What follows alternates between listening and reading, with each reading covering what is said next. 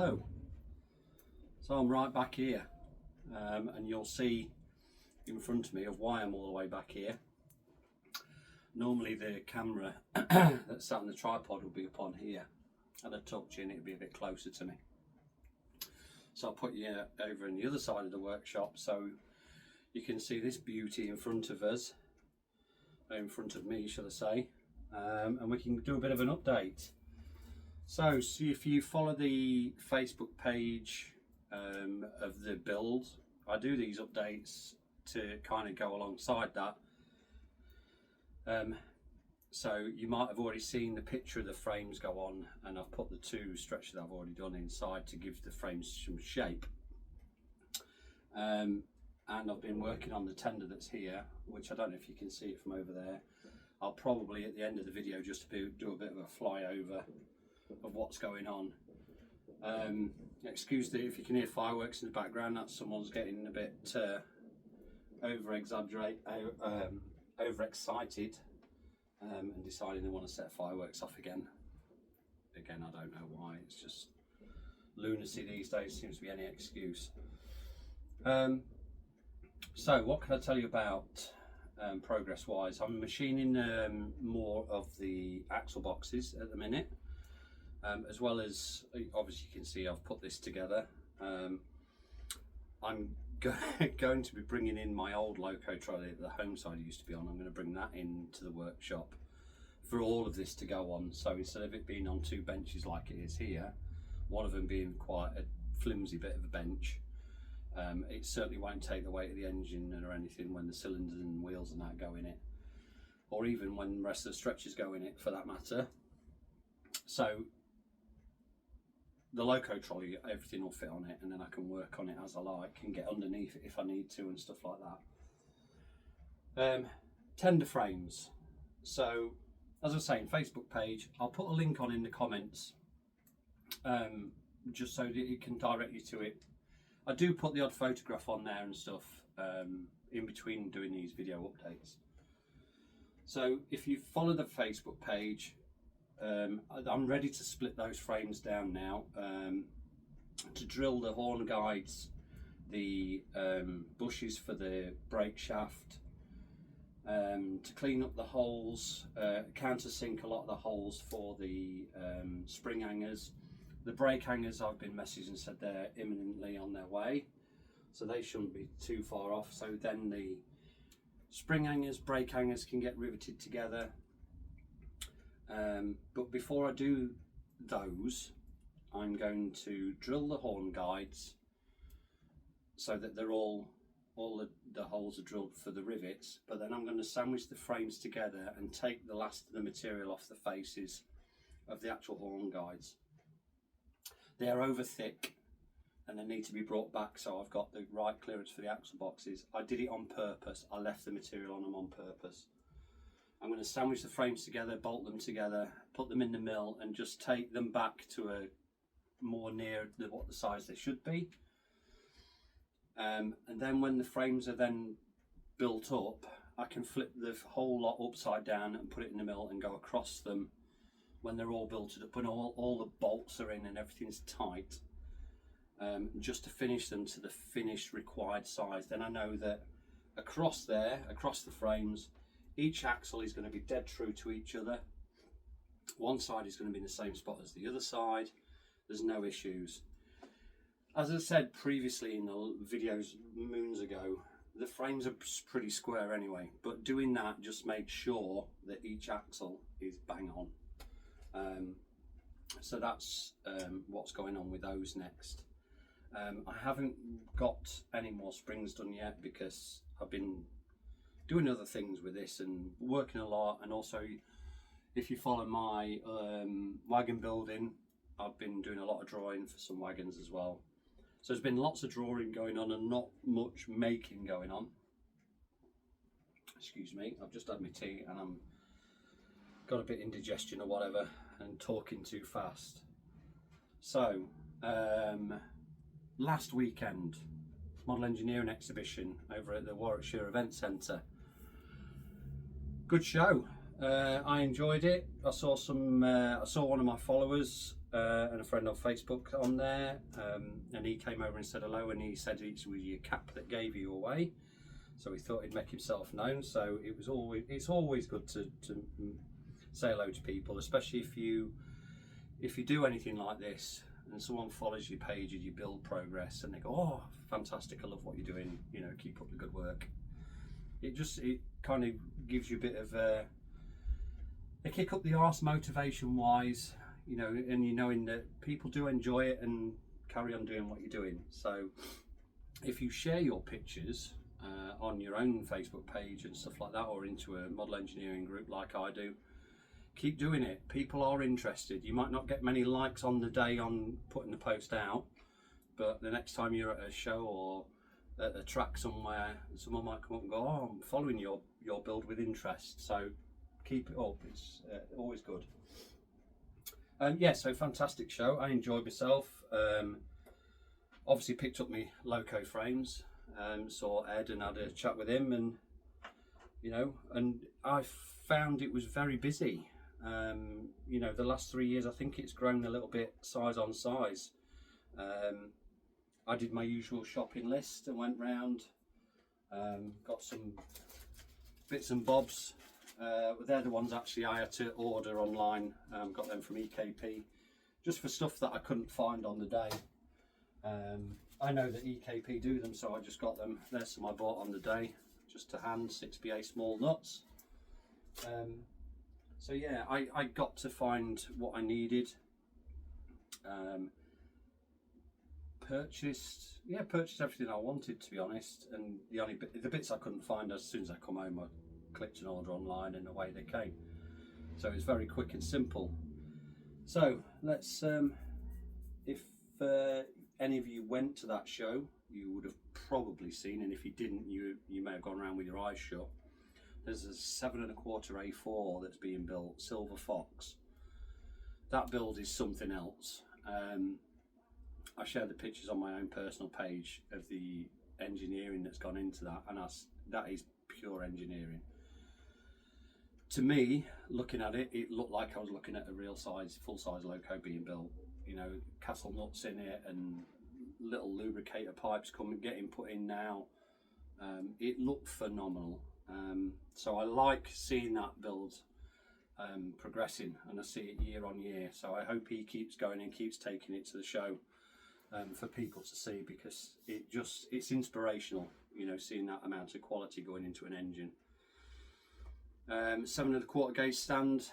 I think I saw one standard gauge engine and one narrow gauge engine.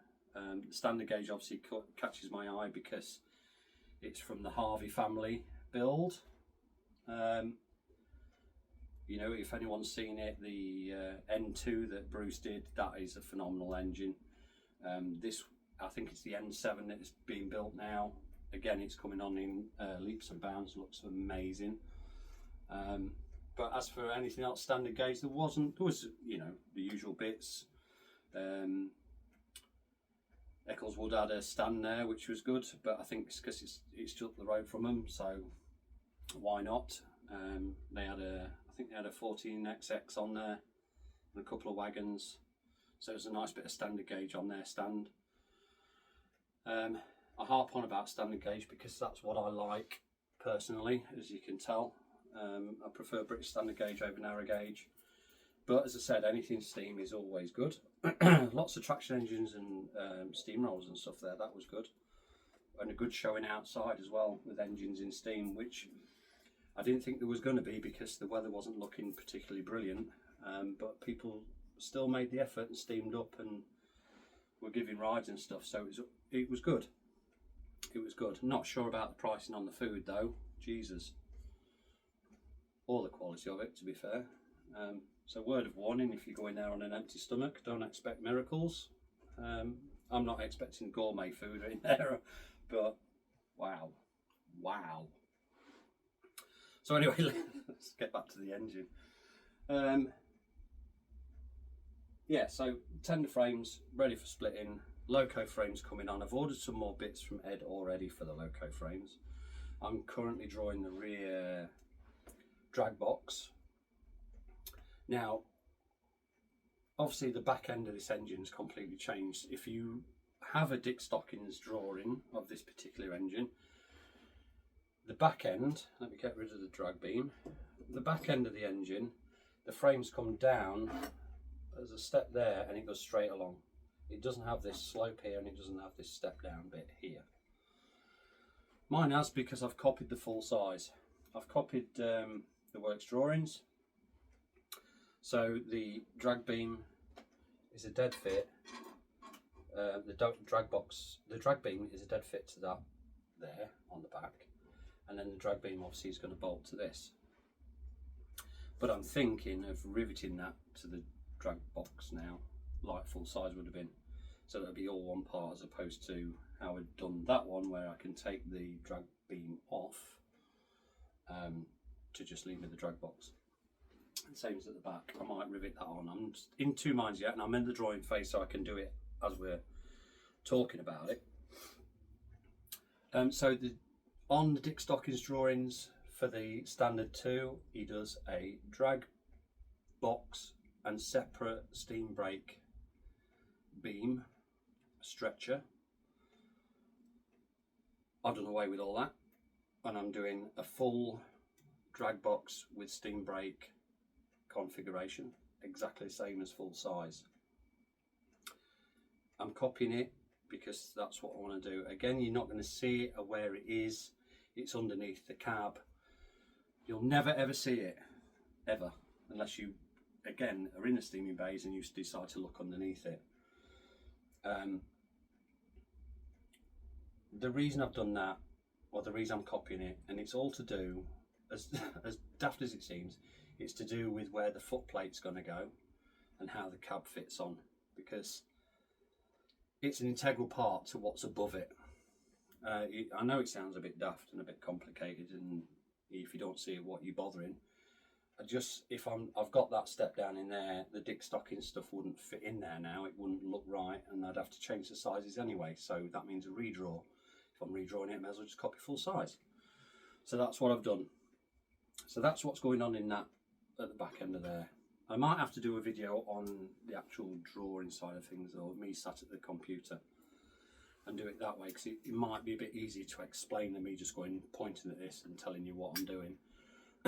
Front end, front buffer beam. See, there's lots and lots of holes in it. Main cutout for the front draw hook. Obviously that's going on the front of there, which you can just see in the picture frame. Now, when I pick this up from Ed, I'm going to come closer to the camera to show you this.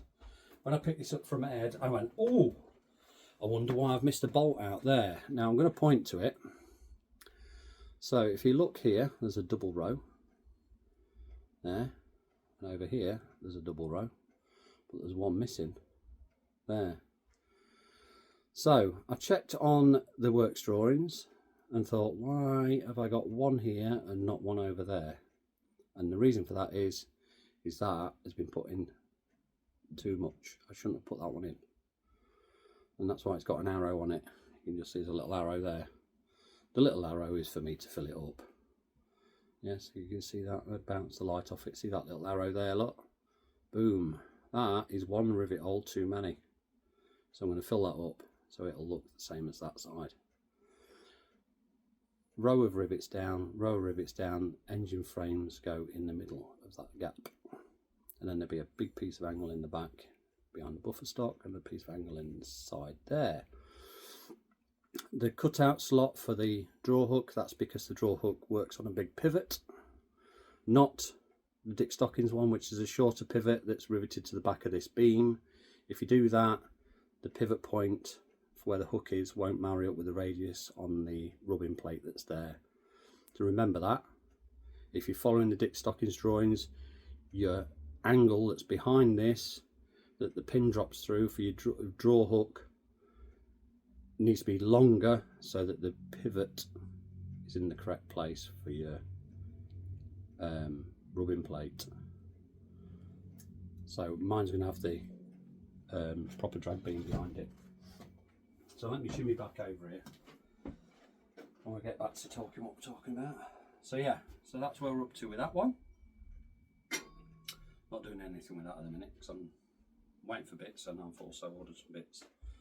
Not ordered some bits. Waiting for some bits. I'm still drawing some bits for it. The other thing, just put my ciggy down again. The other thing, and I don't remember if I put it on my own, if I put it on the build page or my personal page, I can't quite remember. Let me just have a go on this a minute. So I can't remember where I put the post, and it was all to do with patterns, castings and all the rest of it. And I was looking, or trying to find a foundry, and quite a few people come to my rescue and said, oh yeah, you need to see this chap, he can do it, blah blah blah. Does good castings, this and that. Fine. And I don't know what made me look. I just did a bit of a Google, you know, foundries near to Sheffield, and I found one that's literally 25 minutes drive from my house, so just the other side of Meadowhall. I thought I'll send them a message on, you know, because it's got one of them drop boxes that you can type a message in to get in contact with them. Fired them a message over and said, oh, you do one-off and run work and all the rest of it. And they were like, yeah, not a problem. What have you got in mind? And I sent them a picture of my motion brackets for the engine. I says, I've got these that I want doing, building a steam engine, blah blah blah blah blah. Would you be able to cast them as a one-off? Yep, not a problem. Come in, have a chat with us. Because I've also got my wheel pattern back for wagons. So for me, I was like, all right, I need to find a good foundry that will run them off as and when I need them. I don't hold stock of the wheel castings. I have 4 in at any one time, but that tends to be for a build I'm doing. But I don't like have a stack of them lined up waiting for someone to buy them. I get them as and when I need them. So I said to him, I says, I've got this wheel pattern as well, and he was like, yeah, no problem, can do anything you want to do. So I went over and said to him about me motion brackets, and he goes, yeah, not a problem. And there he has done a pair. There's not one, there's a pair of motion brackets. There we are. Big old lumps to go on the side of this engine. Now, I also had, and you'll probably know from a previous video I've said about it, I also had, I say had, the cylinder casting, cylinder patterns to suit the Dick Stockies design. These are Dick Stockies design. And they're going to go on in there in a nutshell. I'm not going to let go of it because I'll drop it on the floor and probably break it. So yeah, I've also got the cylinder patterns, or I did have. The cylinder patterns, somehow, I don't know how, they've gone walkabout. Between the last person that had them and was doing castings for me and me now, and I've moved house twice since then, those patterns have gone missing. He says he sent them back to me back in 2019 with these motion bracket patterns, and I thought if that was the case I'd have them, and I don't have them, so they've gone missing. Anyway, left me in a right sticky wicket because I've drawn everything to suit that pattern, but also copied full size to a certain extent. I was adapting my pattern to suit what I've got here. You notice there's 2 ports there, 2 holes. That's the cylinder ports, steam steam exhaust ports, both sides, and it'll come into a Y piece in under the smoke box, and then up to the blast nozzle. So I was going to have my pattern adapted by the new foundry. He was going to put in a piece into the pattern into a cavity that would make the exhaust the steam to these two ports, and then I could have the Y piece in the middle and it would all work out fine. That isn't now going to happen because I haven't got the pattern. Now I know what you're thinking, we'll just get your new foundry to make your new pattern. That's all well and good, but chances of me building another one of these are pretty slim because I've got my eye on another 2 engines after this that I want to do. And they're not class 2s. So I sent a message over to Michael Jack, as you know, he's building a 5-inch class 3, and multiple, but he's doing all the stuff for people to build them. And I said to him my problem and the issues I've got, and I was hoping, and fingers crossed he's going to come good for me, is to do a pattern that isn't as intricate as the full size, or copying what he's done for his standard 3s, but also isn't as basic as the Dick Stockings design. So I'm hoping that he's going to come to some sort of cylinder that's going to suit this, that's going to suit bolting onto these. The way I was going to do it is probably a very complicated affair, and I'm hoping, as I say, I've got fingers crossed on that what he comes up with is going to whitewash anything anything I was thinking of. I don't doubt it because I've seen his other work that he's doing. So that's where we're up to with that part of the engine, and my pattern problem. So fingers crossed, everything's going to come good with that. So that's where we're up to. Motion brackets themselves, Dick Stockings design, it's bolted to a plate and then the plate's bolted to there, and it spaces it off, and I think he's done that because the cylinders had a back plate on full size, but it was part of the casting, and he spaced these off to suit. I'm going to space these off so that takes into account what the cylinders are going to do. So I'm kind of a step ahead with those, but I'm confident that he's going to come good for me, but I wouldn't want to waste. I don't want to waste anything. You know, these come in at a good price, and the pattern was done. I already had the pattern, so it was kind of worth doing in that respect. So yeah, there we're up to date. As I say, lots of drawing and lots of messing about going on outside, inside, should I say, on the old computer. I might do a video on the computer next time.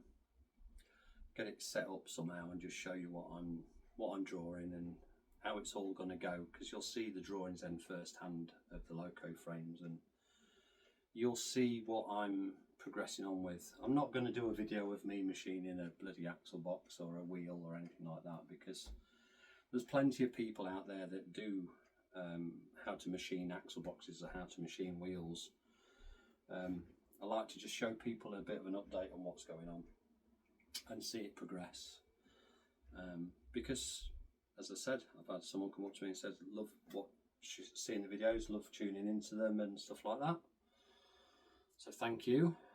As I say, if you don't follow the build page, I'll put a link on in the comments after the video gets uploaded, and then you'll be able to go to the page and you'll be able to follow the build not only on here, but also when I made the stretcher and I just put a picture on, yeah, done that stretcher.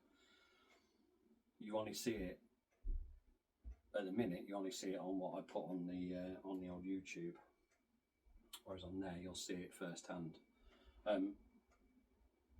Probably the last time you'll see these built, because they're going to get took apart very shortly, and once the milling machine's cleared up and get that another axle box done and out the way, ready for, well, I probably could do all the axle boxes, get them all done and out the way, all to the same stage, then they'll be ready for wheels then, and then all I've got to do is worry about springs,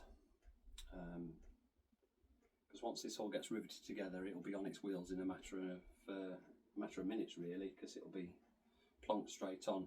I did get asked, am I going to pickle the frames to get rid of the scale on them? But it was on my tender frames, because I showed you that little snippet video that they're ready for splitting. I'm not going to pickle them because I haven't got a tub big enough for the pickle for them to go in. I'm going to do it the old fashioned way, how me and my dad used to do it, and that's emery paper and elbow grease.